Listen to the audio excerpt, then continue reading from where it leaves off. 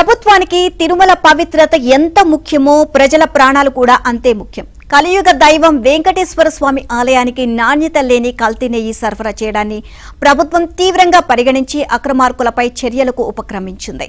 మరి ప్రజల ఆరోగ్యాన్ని పణంగా పెట్టి నాణ్యత లేని వైద్య పరికరాలు కొనుగోలు చేస్తున్న అవినీతి అధికారులపై చర్యలేవి?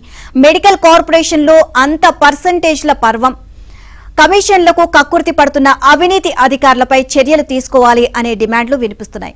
ప్రజలకు మెరుగైన వైద్య సేవలు అందించాలంటే మంచి మందులు, నాణ్యమైన వైద్య పరికరాలు ఆసుపత్రుల్లో ఉండాలి. ఇప్పటికే రోగులకు అవసరమైన మందులు ఆరోగ్య శాఖ ఇవ్వలేకపోతుంది.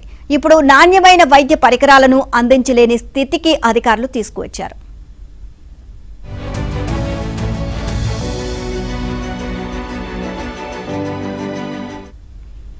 ఏ వైద్య పరికరం కొనుగోలు చేయాలన్నా నాకేంటి లాభం అన్నట్లుగా వ్యవహరిస్తున్నారు.